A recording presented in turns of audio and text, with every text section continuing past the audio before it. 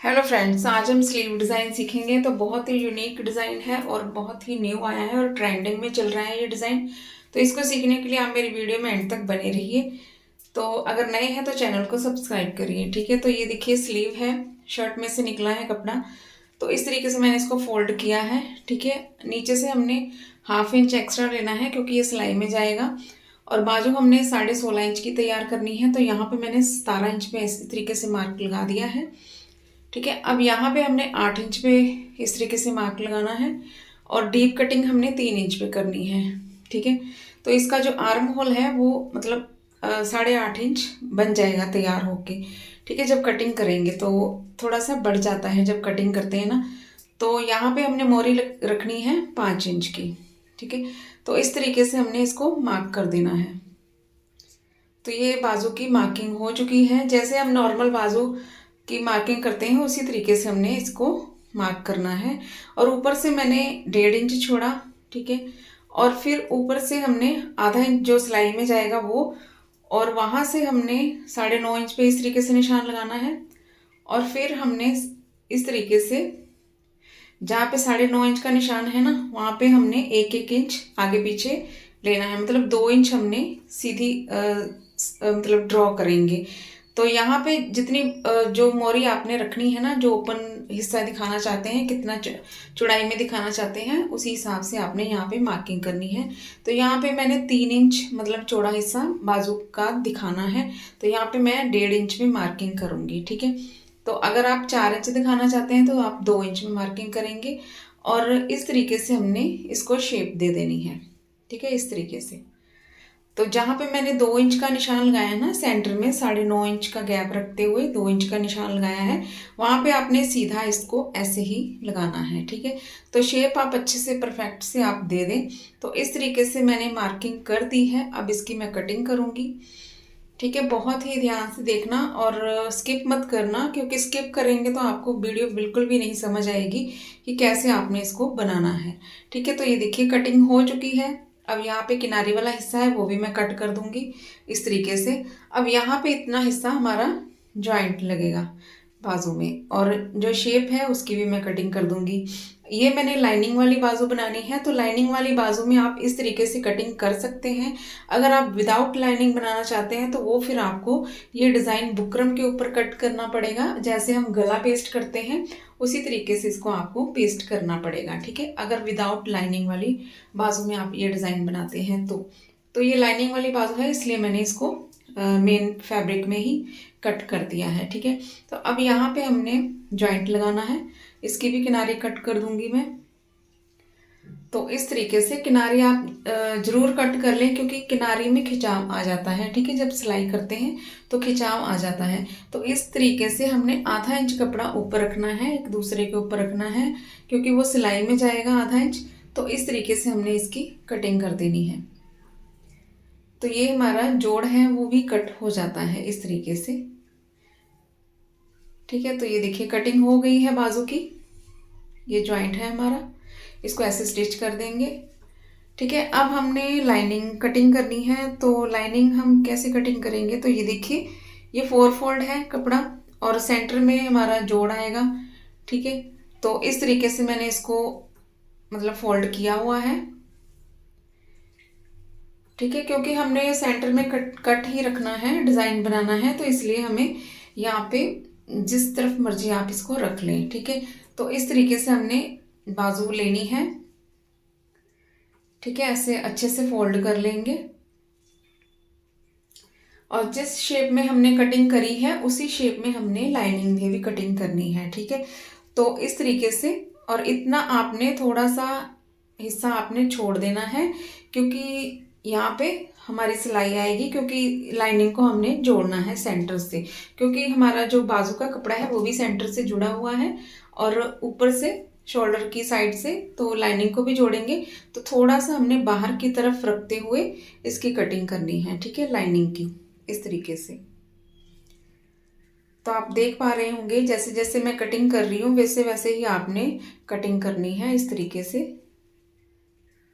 ठीक है, तो ये देखिए कटिंग हो चुकी है। अब साइड से भी कट कर देंगे। तो लाइनिंग में जोड़ नहीं आएगा, सिर्फ सेंटर में ही थोड़ा सा ये जो मैंने छोड़ा है ना ये वाला हिस्सा, इसमें ही जोड़ आएगा, बाकी लाइनिंग में जोड़ नहीं आएगा। तो यहाँ पे इतनी हिस्से में हमने सिलाई लगा करके इनको ज्वाइंट कर देना है, मतलब जोड़ देना है। ठीक है, तो अब हम मशीन की तरफ आ गए हैं। अब हमने इसकी स्टिचिंग करनी है। तो जो लाइनिंग थी ना, हमें पहले उसको स्टिच करना पड़ेगा।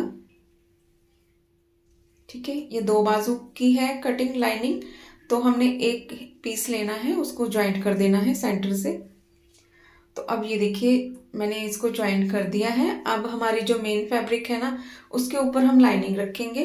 लाइनिंग की जो उल्टी साइड है वो हमने ऊपर वाली साइड में रखनी है, और जो मेन फैब्रिक की साइड है वो सीधी साइड ऊपर होनी चाहिए। ठीक है, तो पहले हम ज्वाइंट लगा लेंगे मेन फैब्रिक में भी।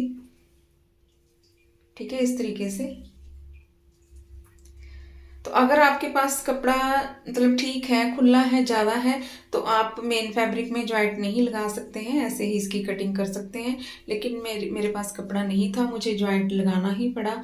ठीक है, तो इस तरीके से ये ज्वाइंट आप पहले लगा लें और उसके बाद आपने लाइनिंग फिक्स करनी है। ठीक है, तो ये देखिए मैंने पिन अप कर दिया है लाइनिंग को। पिन लगा लें, अच्छे से आपकी सिलाई आ जाएगी। अगर पिन नहीं लगाएंगे तो लाइनिंग है ना जो, वो ऊपर नीचे हो जाएगी। तो अब यहाँ से हमने निशान लगाना है 8 इंच पे। ठीक है, पहले हमने ऊपर से लगाया था ना 9.5 इंच पे, तो 1.5 इंच हमने कम कर दिया और यहाँ पे 8 इंच पे निशान लगाया। और बीच में जो है वो 2 इंच का हमने रखना है, और फिर एक बीच में लाइन लगा देनी है। मतलब बीच में जो सेंटर में हमने निशान लगाया वो 2 इंच का है, और बीच में एक लाइन और लगा दी है। मतलब हमारी यहाँ पे ये जो लूप्स हैं वो 3 आएंगी। ठीक है, यहाँ पे इस तरीके से हमने इसको ज्वाइंट करना है। मतलब 2 इंच के गैप में हमने 3 लूप्स लगानी है, मेरा कहने का ये मतलब है। ठीक है, तो इस तरीके से हमने ऐसे लगानी है। सेट कर लेंगे आप अच्छे से। सेट करने के बाद जैसे जैसे मैंने पिन लगाई है ना, उसी तरीके से आपने यहाँ पे स्टिचिंग करते जाना है। तो इस तरीके से देखिए स्टिच कर रही हूँ मैं, और पिन साथ साथ निकालते जाएं। ठीक है, जैसे शेप है उसी शेप में आप स्टिच करेंगे, तभी आपकी जो डिज़ाइन है परफेक्ट बन पाएगा और शेप भी अच्छी आ जाएगी। ठीक है, तो इस तरीके से अब यहाँ पे दूसरी साइड में भी लूप लगाएंगे हम। ठीक है, लूप का जो खुला हुआ हिस्सा है हमने बाहर की तरफ रखना है, और जो बंद वाली साइड है, जुड़ी हुई साइड है, वो अंदर की तरफ, लाइनिंग के अंदर की तरफ रखेंगे इस तरीके से। ठीक है, गैप आपने बराबर ही रखना है, और जितनी लूप आपकी अंदर होनी चाहिए, तीनों लूप आपकी उतनी ही अंदर की तरफ दिखनी चाहिए। ठीक है, तो इस तरीके से आपने यहाँ पे पक्का कर देना है। अब यहाँ पे आप गुलाई दे देंगे। यहाँ पे थोड़ा सा कॉर्नर निकला है ना, तो इसको आप कट कर देंगे। ठीक है, तो सिलाई से आप परफेक्ट गुलाई दे लें इस तरीके से। गुलाई देने के बाद आपने इसकी कटिंग कर देनी है। ठीक है, पिन निकाल लें, आप सारी पिन निकाल लें। तो इस तरीके से पिन निकालने के बाद आप यहाँ पे छोटे छोटे कट लगा देंगे, ताकि आपकी लाइनिंग जो आसानी से पलट सके और फिनिशिंग से पलट सके। ठीक है, इस तरीके से। तो ये देखिए ये मैं पलटा रही हूँ लाइनिंग को।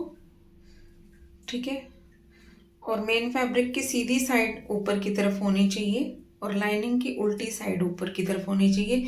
तो इस तरीके से पलटाएंगे तो अपने आप ही जो जॉइंट है वो मतलब अंडरग्राउंड हो जाएंगे। ठीक है, तो इस तरीके से हमने इनको सीधा करना है। और ये देखिए सीधा करने के बाद इसका लुक इस तरीके से आया है, और साइडों में भी हमने पिन अप कर दिया है। अब यहाँ पे भी हम सिलाई लगा देंगे, लाइनिंग को फिक्स कर देंगे। ठीक है, इस तरीके से देखिए लाइनिंग फिक्स कर दी है मैंने। अब जो एक्स्ट्रा फैब्रिक है लाइनिंग वाला वो हम कट कर देंगे। ठीक है, इस तरीके से देखिए कट कर दिया, और कट करने के बाद हमने इसका सेंटर बनाना है। और सेंटर बनाने के बाद जो भी बाहर की साइड में कपड़ा बचता है उसको हम कट कर देंगे। तो यहाँ पे हम सेंटर में कट लगा लेंगे। यहाँ पे हमारा शोल्डर अटैच होना चाहिए, मतलब सेंटर से सेंटर मिलना चाहिए। अब ये डोरी बना करके मैंने तैयार रखी हुई है। अब इसको हमने लूप्स में परोना है इस तरीके से। तो सेफ्टी पिन मुझे नहीं मिल रहा था, इसलिए मैंने नीडल से ही काम चला लिया है। और इस तरीके से हमने एक लूप को छोड़ते हुए ऐसे परो देंगे, और डोरी हमने बराबर रखनी है।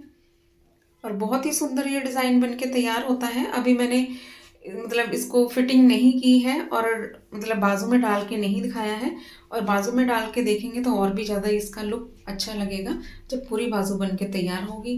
तो ये देखिए इसका फाइनल लुक इस तरीके से बन गया है, और नीचे वाली साइड में हमने लूप लगा देनी है ताकि ये डोरी हमारी निकले नहीं। तो इस तरीके से हमारी जो बाजू है वो बन के तैयार हो जाती है।